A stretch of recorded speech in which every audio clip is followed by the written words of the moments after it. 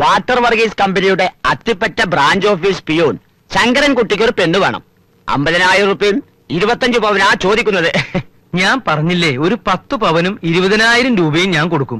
അതിന് പറ്റിയ നല്ലൊരു ഉദ്യോഗസ്ഥൻ ഉണ്ടാവില്ലേ? 20,000 രൂപയ്ക്ക് ഇപ്പോഴത്തെ കാലത്ത് ഒരു എരുമയെ വാങ്ങാൻ കിട്ടുമോ പിള്ളച്ച? നിങ്ങൾ എന്തെങ്കിലും ഒന്ന് തീരുമാനിക്ക്.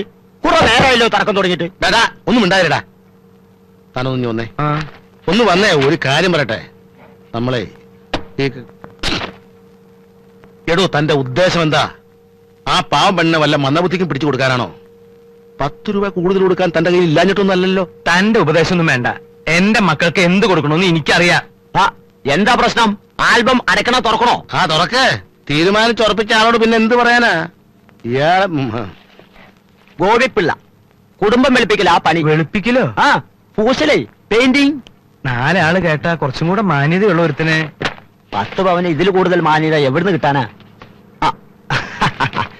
പേര് സുധാകരൻ. ടൗണിൽ അറിയപ്പെടുന്ന കുക്കർ. കുക്കറോ? Pressure cooker. അതല്ല, പാചകക്കാരൻ. പൊന്നായ സ്വഭാവം. മാസത്തിൽ ആവറേജ് 3500ഓളം വരുമാനം. എവിടെ നോക്കട്ടെ?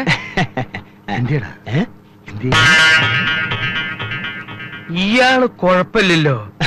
ഫോട്ടോയിൽ കാണുന്നതിനേക്കാൾ നേരിട്ട് ഇത്തിരി പ്രായം കൂടും. ആണുങ്ങളുടെ പ്രായം നോക്കിയിട്ട് കാര്യമില്ല. ആട്ടെ, ഇയാളുടെ കുടുംബം എങ്ങനെ? കുടുംബം, ബന്ധുക്കൾ എന്നൊക്കെ പറയാൻ കാര്യമായിട്ട് ആരുമില്ല. അതുകൊണ്ട് വിവാഹ ചെലവിലുള്ള 50,000 രൂപ മൂപ്പര് നേരത്തെ ബാങ്കിലിട്ടിരിക്കുക. എങ്ങനെ? അത് കൊള്ളാലോ. ആ അത്ഭുത മനുഷ്യനെ ഞാനും കൂടി ഒന്ന് കാണട്ടെ.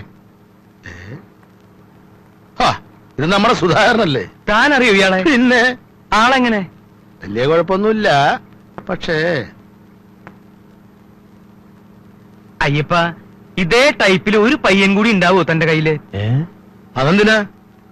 എടോ, വിവാഹ ചെലവ് സുധാകരന്റെ ചെലവിൽ നടക്കുമെങ്കില് ജയപ്രഭയുടെ കാര്യം കൂടി ഇക്കൂട്ടത്തിൽ നടത്തിക്കൂടെ? തന്നെ തിരുത്താൻ പറ്റില്ല. നിങ്ങൾ നോക്ക്. ഭാഗ്യം, പിള്ളച്ചന്റെ മഹാഭാഗ്യം. സർക്കാർ ഉദ്യോഗസ്ഥനെ തന്നെ കിട്ടി. പെണ്ണ് സുന്ദരിയായിരിക്കണം. സ്ത്രീധനത്തിൽ നിർബന്ധമില്ല. ഇതാ. എവിടെയോ കണ്ടിട്ടുണ്ടല്ലോ. നോക്കട്ടെ. അയ്യേ, ഇത് നമ്മുടെ കൊതുകുവല്ലിയല്ലേ? കൊച്ചാക്കി കാണണ്ട. മുനിസിപ്പാലിറ്റി സ്റ്റാഫാ. 2500 രൂപ ശമ്പളം. പിന്നെ സൈഡ് വരവ് വേറെയും. പിള്ളേ, ഇത് പാചകം പോലെ അല്ല, അഴുക്കുചാല. ജയപ്രഭയുടെ സ്വഭാവം നിനക്കറിയാലോ. ഞാൻ വരച്ച വര വിട്ട് എന്റെ മക്കള് പോവില്ല. താൻ കണ്ടോ? അപ്പൊ സംഭവം സെറ്റിൽമെന്റ് ആക്കി അഡ്ജസ്റ്റ്മെന്റ് ആക്കാലോ.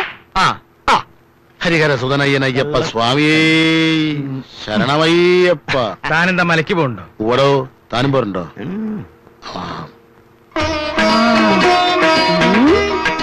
തെച്ചിപ്പൂവേ തെങ്കാശിപ്പൂവേ ഒന്ന് ശരിക്കും നിൽക്കേ. ചേച്ചി, നമ്മളെ പെണ്ണ് കാണാൻ നമുക്ക് തീരെ ഇഷ്ടപ്പെട്ടില്ല. അടുത്ത നിന്റെ ഊഴമാണ് മോളെ, നിന്റെ ഊഴമാണ്. പറയണ്ട, വേഗം ഒരുങ്ങാൻ നോക്ക്. അവരിപ്പോ എത്തും. ഇങ്ങോട്ടാ കുറഞ്ഞതൊരു ജയറാമിന്റെയോ സുരേഷ് ഗോപിയുടെ ചായ ഉണ്ടായിരുന്ന മതിയായിരുന്നേ. ചേച്ചി എന്താ ചായയും കാപ്പിയും കിട്ടാണ്ട് കിടക്കുക? ചായ അല്ലടി, മുഖഛായ. മനസ്സിലായോ? ഓ, മനസ്സിലായേ. കുറച്ചുകൂടി കഴിഞ്ഞാൽ നേരിട്ട് കാണാമല്ലോ. ജയറാമാണോ ഇൻഷുറൻസ് ആണോ? ഓടി ഓടുന്നു. ചേച്ചി ഒന്ന് മാറി ചേച്ചി, ഞാനൊന്ന് നോയിക്കോട്ടെ. ചേച്ചി മറിയല്ലേ? അയ്യോ, ചുമ്മാതല്ല ഷൈൻ ചെയ്യുന്നു. എവിടെ എന്നെ ഇഷ്ടപ്പെടുന്നു നോക്കട്ടെ. എന്താണോ വൈകണേ? ചെക്കന്മാരെ കുറിച്ചുള്ള ചെറിയ ധാരണ നീ പെൺകുട്ടികൾക്ക് കൊടുത്തിട്ടുണ്ടല്ലോ അല്ലേ? ആദ്യം ഈ ചടങ്ങ് നടക്കട്ടെ, എന്നിട്ടാവാം ബാക്കി വിവരണങ്ങളൊക്കെ. ദൈവമേ, അപ്പനോട് ഒരു വെടിക്കെട്ട് ഉറപ്പാ.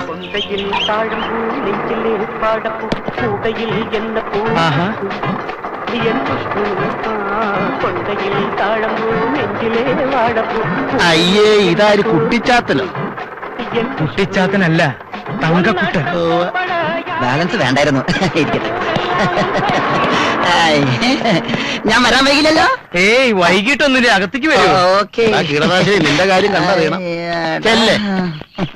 നമ്മുടെ പാചകത്തിനെ കണ്ടില്ലല്ലോ. നീ കല്യാണ സ്ഥലത്തേക്ക് വിട്ടോ, ഞാൻ പുറകെ വന്നാക്കാം. ശരി.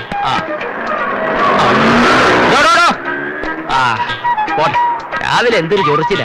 കാണാണ്ടായപ്പോ കരുതി ഇന്നലത്തെ കല്യാണക്കാരൻ നിന്നെ കൈവച്ച് കാണുമെന്ന്. ഒരു ശുഭകാര്യത്തിന് വരുമ്പോ വേണ്ടാത്ത വർത്തമാനം പറയല്ലേ എന്റെ പരമാവധി. അവിടെ കണ്ണാടി എടുക്കുന്നു. ഇതെന്തിനാ ഈ ഭൂതക്കണ്ണാടി? അല്ല, പെണ്ണ് അകലെ നിൽക്കുകയാണെങ്കിൽ കാണാൻ വിഷമം ഉണ്ടായിരുന്നല്ലോ. അപ്പൊ മൊത്തത്തിൽ പിക്കപ്പ് കുറഞ്ഞു തുടങ്ങിയല്ലേ? പിക്കപ്പിന്റെ കാര്യത്തിൽ ചേട്ടൻ പേടിക്കണ്ട. പിക്കപ്പ് ഞാൻ ഉറപ്പ് തരാം. ഇതെന്തിനാ ഈ സഞ്ചി? ഇത് സഞ്ജി. നീ ആര് സഞ്ജീവ് കുമാറാ? നീ ഉണ്ടല്ലോ. അല്ല. എട്ടവൻ. തവി എടുക്കട്ടെ. എന്തിനാ കഞ്ഞി കുടിക്കാനാ? നീ ഒന്നേ.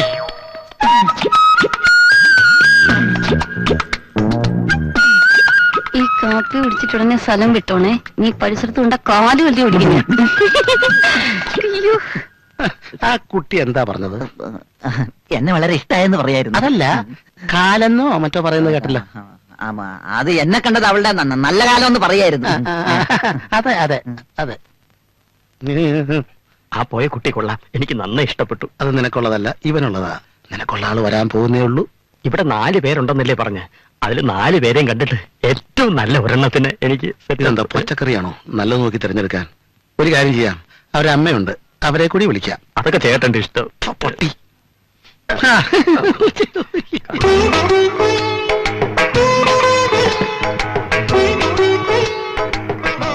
ഇതാണോ എന്റെ ആള്? ഇഷ്ടായോ? ഇഷ്ടായി. ഒരു കുറ്റവും പറയാനില്ല. എന്താ പറഞ്ഞത്? വളരെ ഇഷ്ടായി എന്ന്. ലഡുവിന്റെ കാര്യമാണോ പറഞ്ഞത്? അല്ല, കുട്ടിയുടെ കാര്യ. തനിക്കോ? ഞാൻ ഈ ഗേറ്റ് കിടന്ന് വന്നപ്പോഴേ ഓക്കെ. എന്നാൽ ഇനി കാര്യങ്ങൾ താമസിപ്പിക്കണ്ട, ഉറപ്പിക്കുക.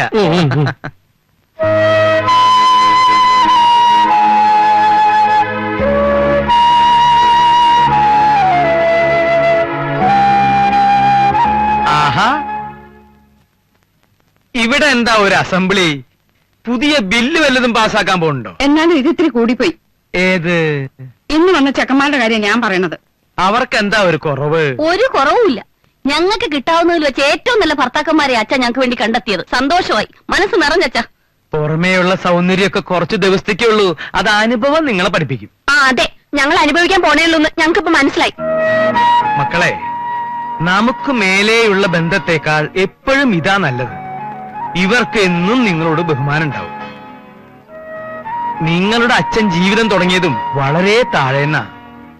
നിങ്ങളുടെ അമ്മയെ ഞാൻ വിവാഹം കഴിക്കുമ്പോ ഞാൻ ഒന്നുമല്ലായിരുന്നു. അത് അന്നത്തെ കാലം.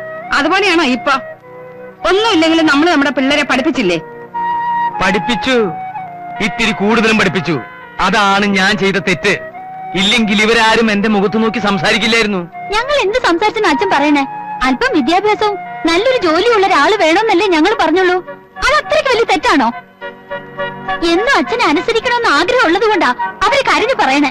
അല്ലായിരുന്നെങ്കിൽ ഞാനാണോ ധിക്കാരം പറഞ്ഞത്? അച്ഛനാണോ? അടിച്ച കരണം പൊട്ടിക്ക് ഞാൻ കയറിപ്പോടെ. അത് ചേച്ചിമാരുടെ കാര്യത്തിൽ അവർക്കില്ലാതെണ്ണോ ഇവക്ക്? ആ അതെ, ഞങ്ങൾക്ക് വേണ്ടി അവള് സംസാരിക്കണേ. ഓ, അപ്പൊ ഇതൊരു കൂട്ടുമുന്നണിയാണല്ലേ? എന്നാ ഒരു കാര്യം ചെയ്യാം, ഉള്ളത് മുഴുവൻ കൂടെ ചേച്ചി അങ്ങ് പറഞ്ഞുവിടാം. ബാക്കി എല്ലാവരും ഇവിടെ നിൽക്കട്ടെ. അയ്യാ, ഞങ്ങൾ എങ്ങനെയെങ്കിലും നടകളിലേക്ക് ബാക്കിയൊക്കെ കണക്ക് അടിച്ചു മാറ്റാം. അല്ലടാ, ഈ ഒരുമാതിരി ചൊറയില്ല വർത്തമാനം പറഞ്ഞോണ്ട്. പ്രവേശിച്ച് പറഞ്ഞ ശരിയല്ലേ?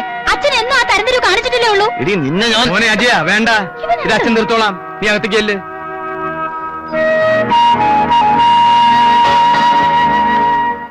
ഇനി ആർക്കെങ്കിലും എന്തെങ്കിലും പറയാനുണ്ടോ? എന്നാ കേട്ടോ, ഞാൻ അവർക്ക് വാക്കു കൊടുത്തു. ഈ കല്യാണം നടക്കും, ഞാൻ നടത്തും.